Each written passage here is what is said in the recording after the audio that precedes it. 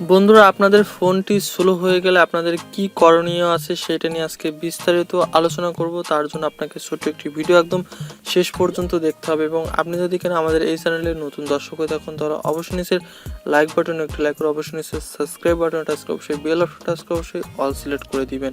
তো বন্ধুরা, চলুন শুরু করা যাক।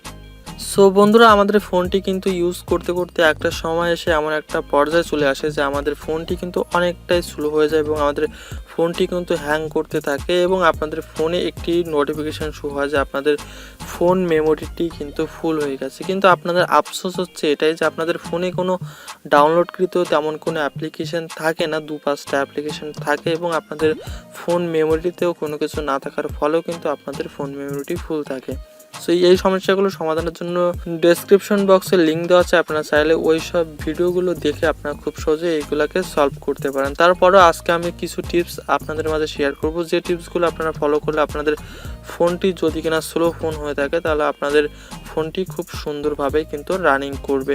ঠিক আছে, আপনারা দেখতে পাচ্ছেন যে আমি আমার অ্যাপসগুলোকে কিন্তু স্ক্রল করছি। সো সেই ক্ষেত্রে কিন্তু আপনারা দেখতে পাচ্ছেন আমার ফোনটি কিন্তু খুব সুন্দরভাবে কিন্তু সোয়াইপ করছে। সো আপনাদের দুই একজনের ফোনে কিন্তু এমন করলে অনেক আস্তে আস্তে স্লোলিভাবে কিন্তু আপ ডাউন করে।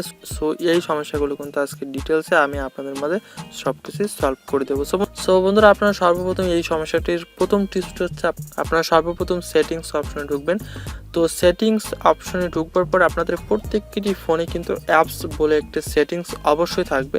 সো আপনারা সেই অ্যাপস যে সেটিংসটা আছে জাস্ট আপনারা সেই সেটিংসটাতেই কিন্তু ঢুকে যাবেন। তার আগে একটা জিনিস আমি আপনাদেরকে দেখাবো, আমার ফোনেও দেখতে পাচ্ছেন আমার কিন্তু এই যে একটা নোটিফিকেশান কিন্তু শো হচ্ছে যে আমার ফোন মেমোরিটা কিন্তু অলরেডি ফুল আছে। সো আমাদেরকে কিন্তু এই ফোন মেমোরিটা খালি না করলে কিন্তু এই যে নট ওয়ার্ক, তার মানে আমাদের ফোনটা কিন্তু কাজ হতে কিন্তু একটু প্রবলেম ফেস করবে। ঠিক আছে, সো আমি সর্বপ্রথম অ্যাপসের মধ্যে ঢুকবো।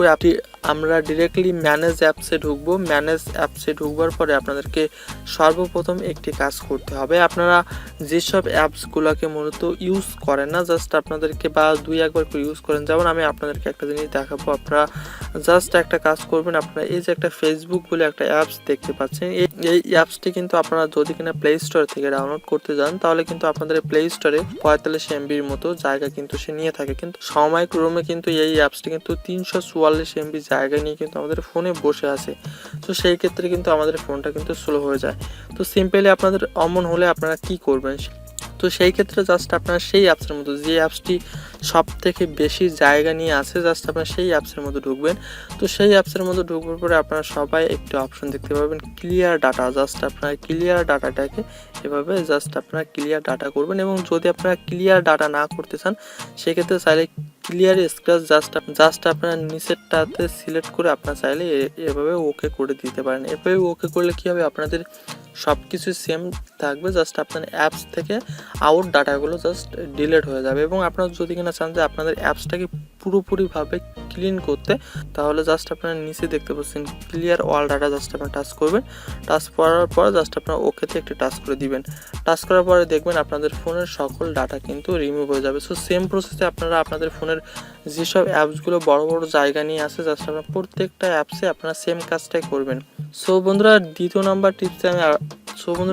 নাম্বার টিপসটি একদম সিম্পল টিপস, যে আপনাদের ফোনের আউট যেসব অ্যাপ্লিকেশন আছে, যে অ্যাপসগুলো আপনাদের প্রয়োজন না এবং আপনাদের হয়তো বা প্রয়োজনে পড়ে 2-3 মাস পর যখন আপনাদের প্রয়োজন পড়বে আপনারা সেই মুহূর্তে শুধুমাত্র ডাউনলোড করবেন এবং ডাউনলোড করার পর আপনারা সেই অ্যাপসগুলোকেই আনইনস্টল করে দিবেন। তো আমি জাস্ট এই জায়গা থেকে একটা আনইনস্টল করে দিচ্ছি।